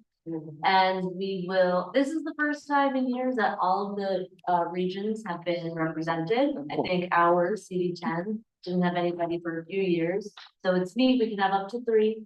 It's me and then Sochi, and she is in like over there. The neighborhood council over there. And it's great. We had a morning of lots of speakers. We had Kenneth Mejiha speak, he's our controller. It was great. We had some panels with some very interesting conversation. There was breakfast, there was lunch, then we elected, Sun Min was there, and she nominated me to be the budget advocate. And I got in, I won the election, there was no one else. And then we went upstairs, budget advocates went upstairs, and we elected people. So that was very To like interesting. chair and vice chair? Yes, yeah. And who are they? It's J and L, the other, Well, it was, it's the same people. it was just a very interesting process. They had the same problem we have, their meetings go too long, we didn't get through the agenda. We had to go. Okay, thank you, and thank you, and really thank you that you're gonna be doing. Yeah. And, last time this area had a budget advocate, it actually was one of our people. Well, yeah, Yeah, I'm forgetting. The nice young man whose name I now forget. Anyway, but he did it for a couple of years, and they really thought he was good, yeah. If anybody else wants. Okay. Next year is. All right, we need to move on though. Candace, we have an NER and we have the. Right, well, I have the NER and then on the I'll just want to explain, and we have to technically vote for the admin packet a second time. Right. But we don't really have to review it a second time, because it hasn't changed from 3 weeks ago. Got it. So, All right, so yesterday was the start of the new fiscal year, okay? we don't want to be snapping fingers mean. It is, snapping fingers is very nonprofit. Is that good or is that? All right, so we are officially in our new fiscal year. And I'll just give a quick overview of last year. Fun fact, on the first day of the new fiscal year, they completely erased everything. So if you did not capture it the day before, you might be a little stuck. So, rough estimates here. So, last year, our whole budget, including the rollover, was $39,103.69. We spent roughly $35,000, roughly. Yeah. Right? Our estimated rollover is a little under 5,000, so maybe 4,500. That's from what I remember. But I was able to look at all of our MPGs that we gave out. So we gave out 8 total MPGs for a total of $13,400. So we did a lot of giving and a lot of supporting. So that's the quick and dirty summary. And so now we have the NER. I'm sorry, what? I said my glasses are for reading, but not for follow. So, the June MER is not available. But the May MER is where we essentially gave out, the rest of our MPG money because we had to cut a check. So the outstanding you see is mostly the, So this is for May. Right, but it's most of the, so once they were submitted, it goes out, like the system will hold it and then move it over to the, not spent yet category. So it's kind of like, imagine that's like, you submitted it, but we haven't sent it out. Right. And then the rest of the expenses are usual expenses, Fire service day. fire service days, more other stuff. We paid Ann her money and, still paying for storage, but that will adjust itself for this year, so we're excited about that. And then just normal office stuff, we renewed our Zoom in May also. So yeah, shout out to Zoom, and that's the fastest way to explain it. Okay, so we need a motion. That's the question. Do you have a question or a motion? I did have a procedural question, but I can. I move to accept the MER. Approve. Approve The MER. the MER for lesson May. from May. Yes. Is there a second? Who did? I second. Elizabeth, moved, probably second. Your technical question was? Did we did roll over budget fiscal year, so that heading should change to 2027. Oh, yes, every BAC should say 26, 27. Well, Thank you for catching. Thank you. No. Okay, and we're not voting on June, we only have May. We don't. Only May, June's not available. Perfect. Candace? Yes. Zucker? Yes. Elizabeth? Yes. Hunter? Yes. Laura? Yes. Joshua? Yes. Pierce, thank you. Show?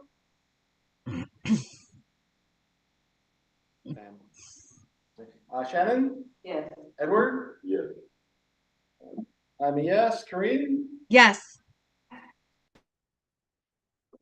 Michael? Sorry, Siobhan? Yes. Sandra? Yes. Caesar? Yes. Rabia? Yes. Josh Stevens? Yeah. We have to, technically, we have to reapprove the admin packet. It has not changed, so I think we don't need any further discussion.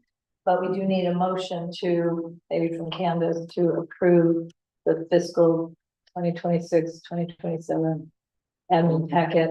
And then, go ahead. So, I'll ask this, does anybody want to hear the number for the category? Yeah. We did it. All right. Oh, we did it without you. That's right. That's right. We had a long discussion. You just weren't here. That's fine. All right. And But we're sad. Yeah, we were sad. representation this year. No, okay, and then I'm gonna digress to another gentleman who has something to say, so if we can do this motion. So, I move that we accept the 2026-27 admin packet for, Unnc. I'll second. Or reaffirm, Or we- it's still seconded? Sure, yeah.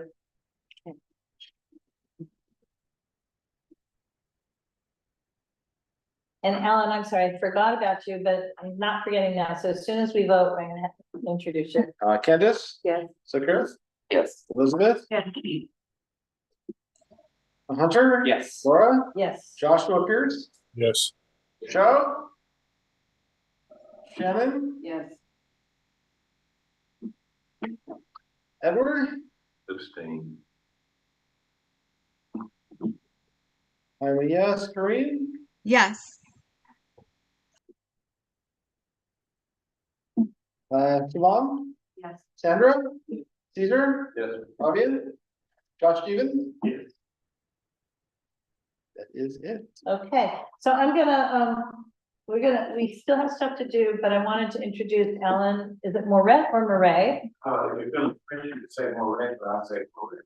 Okay, Ellen Moret from the mayor's office. He is the manager of community engagement. And he's suffered through this long meeting. But I'm happy to be here. I was here for, I think it was an emergency preparedness day on a few Saturdays ago. Right. It feels like a few years ago, but I just wanted to come give some brief updates from the office. So I do work, my title is a manager, but also am a representative to the constituents in Council District 10.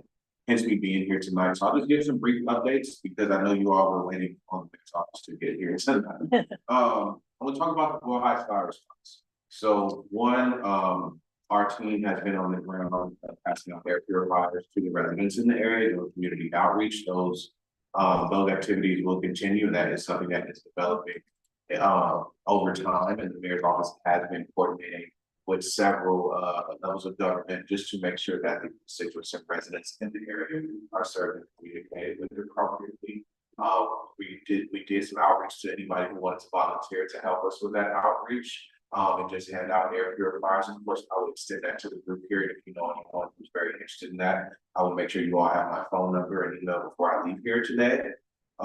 Secondly, I want to talk about summer night lights. Ooh, that's so good. I'm so excited about summer night lights. It's gonna be it's a great program, and I think it started last week. And so for those who don't know, free parks for the kids, for the community. There's going to be arts, food, recreation, etc. This is in alignment with the public safety work that we've been doing. This is initially to give the community members something to do, keep our kids engaged in fun activities, and reduce crime. Okay.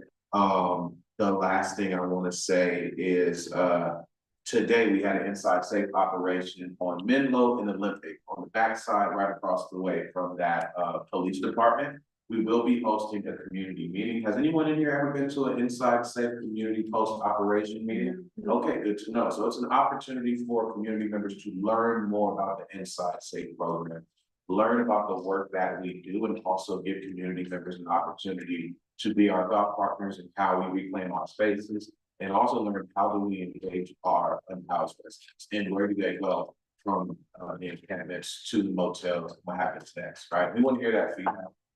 We want to, make sure the community has that opportunity. That's going to be July 10th. I have some flyers in the car. I'll bring them in here. I want to make sure I share that with you because that location is of interest to the neighborhood council. Is that the Olympic Police Station? Right, yeah, right behind it. And so this is canvassing in the neighborhood after the operation took place this morning, and residents were, happy to hear it. I got mixed reviews. Many everyone was happy to hear it, right? We always get to community sentiment, well, they're going to be back. Well, the thing is, if someone is back over there, they're not someone who we brought in today, right? And so we want to encourage community members to continue to use 311, reach out to your representative so we can make sure people who are experiencing homelessness are appropriately addressed, right? I want to just open up for a few questions because I know we're getting close to that. I'll share. That's great. Okay, versus Thank 6. Thank you. I'm in the back. Okay, so now we're gonna speak through some more stuff. We're at president's report, that would be me, and there's, you see the word election, I put of UNC officers, but there's also, we did receive an email from the city clerk elections, in person, who's representing us, so. Sorry, we don't need to do the technical. We'll just, we're skipping out for this month because maybe we don't need it at all. So we have 3 things. One, we do need to do election of officers next month. And so if you would like to replace, I would love not to be secretary and communications director. If any one of those appeals to anybody, feel free to take one. So we'll be doing that next. But yeah. 2, we have a new funding clerk. Don't know if this is good or bad. Yeah. And so just as we've worked out everything, working as a great team with Hannah, she's not our funding representative any longer, starting Monday. So starting Monday. And his name is Caesar. Not that. So, but it is gonna start confusing my emails, unfortunately. So if you get stuff meant for the funding part, don't worry about it.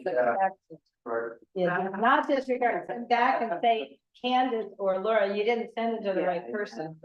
And then 3, the 2027 elections for neighborhood council. And this is not unimportant, and it's unfortunate in terms of our budgeting. So they've divided the city into 6 regional groups. It used to be 12, so there's gonna be 6 election days our election day is the very last one, June 12th. And June 12th. Right. It's a lucky day. Well, I'm not worried about the election itself, but what this means, see, last year, because we were in the first batch, we knew fairly early on that we just had the right number of people running as we had offices. So money that we had budgeted to do a lot of outreach to meet candidates, blah, blah, blah, blah, we did not need to spend. So we were able to reallocate it for NPGs and other outreach early on. We will not be able to reallocate the monies until mid-April. So it probably will mean we're rolling over money. I mean, we only have $2,500 in the budget for election, and we may spend every dime, and we may not, but we won't know until essentially our May board meeting. So we will, you know, it's unfortunate. Fortunate that we can spend a lot of time this fiscal year not worrying about the election. And that leads me to the last thing. We have made quite a few appointments this last year where we gave 1-year appointments. And I would propose, given that there's an election and then on July 1, 2027, a new board, I would propose that when we come back in August, we just extend all of the appointments to June 30th of 2027.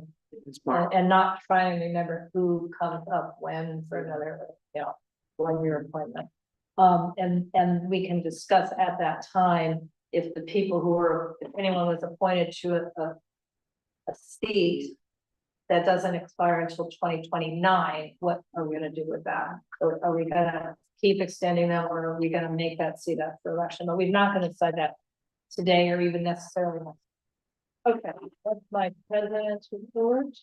I think, Laura, you mentioned that there was a new funding person, and is that the responsibility of my item?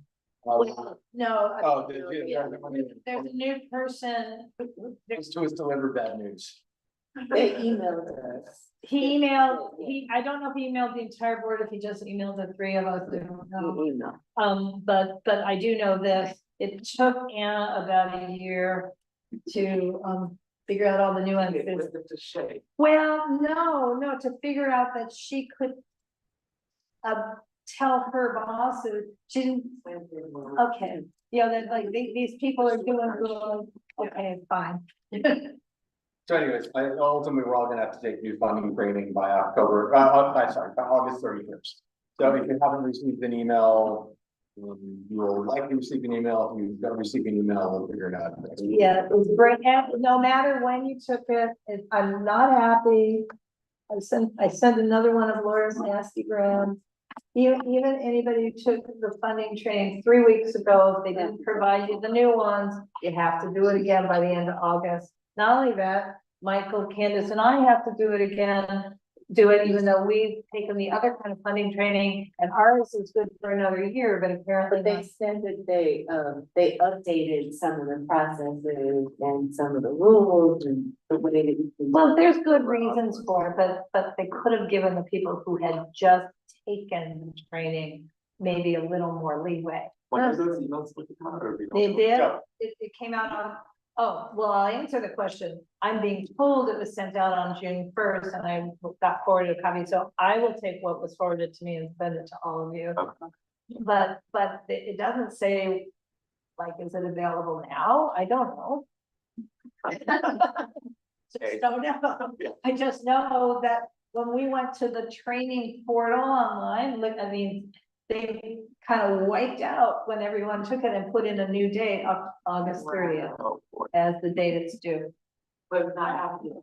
I don't know if it's not. It just says, they'll be available in June. In June, that's all it says. Well, it's July. Yeah. Yeah. But they can't even. I mean, that's not. That's what they've been doing. Yeah, okay, so you guys, we're pissed off, but that said, we have to do it. Yeah, and because otherwise, whatever we vote on at the September board meeting, Yeah. they could, if any funding item, they could reject, and we don't want to do that. Okay. So, all right. And, I'm putting stuff away without even finishing minutes. It's time for the minutes, so let's skip it and go do what's going on Okay. next month. All you right, know? so, yeah, what the hell? Okay, tabling at Benny Potter Park next Friday. This is just like 2 hours, 5 to 7. I don't know, whatever's the lights come through. Friday. Friday probably. And we're gonna bring out the connect for that little game. Okay. We'll have it, drag it out and put it in front of where we are. We're gonna hand out copies and candy. Okay, perfect. Okay. Can anybody do it that's not Elizabeth, Sandra, and Laura? I can do the one in August. I Okay. can do the one. Well, yeah, August is a bigger deal because we're manning our own. So if it is just Elizabeth and Laura, it's not the worst thing. Teresa will really come. Next Friday? Yeah, We don't need that many people? we don't, Okay, but. but, I'll do August, yeah. all right. Okay. I have to work Friday night. Thank you, Doreen. Everybody in the room and. Right. And please, and she's doing, she's been coming out, she's really going on the trip got done, but she still stuck up. She was born. They had other plans. Right, so, I just want to he's got his hat on, he's good to go. Our mobility and transportation subcommittee had its first meeting. Yeah, good for now, and make sure you come out and have things to say, we did a walk and talk for the first mile, last mile, hopefully we get some funding for that, that's hopefully part of the TCC eventually, we'll get something going. But yeah, just traffic safety for the big corridors in our neighborhoods. Anything else? It will, yeah, we did what he's calling the walk and talk, we walked, made a circle, so we were at the expo line and the expo line again. Okay. On the crossings, and let me just say, wow, doesn't feel safe at all. Yeah, thank you for experiencing that, It just doesn't feel safe at all. Anyway, and master green plan update. Well, I mean, even I can say it is a great success. We Yeah. still have more to We do. wanna wrap it up and then show it off. Right. To the, other. Right, so we're gonna do a creative idea, partnering with, folks in Harvard Heights. Yeah. So, but not necessarily officially the Harvard Heights Neighborhood Association, but essentially not UNNC, exactly. We're gonna do a pop-up at the coffee house, Black Line. The alibi, right? Yeah, what used to be Alibi, now called Black Line. The owner of the complex is essentially hosting us on the patio. And it'll be a no host, no apply to the city clerk for an event, just a pop-up for coffee one afternoon and invite a bunch of people from Harvard. We know that's gonna be. It'll be after Michael comes back from wherever he's going.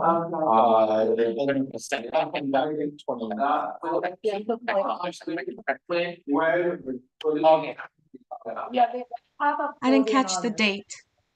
It'll be in August. We haven't even discussed it with your sister yet, sorry, but we discussed it with Michael. And again, Steve Wallace is physically making it available to us. And that's also like the Green Master Plan, once it's done, hopefully that gets integrated to the Right. CC and get some Right. projects funded.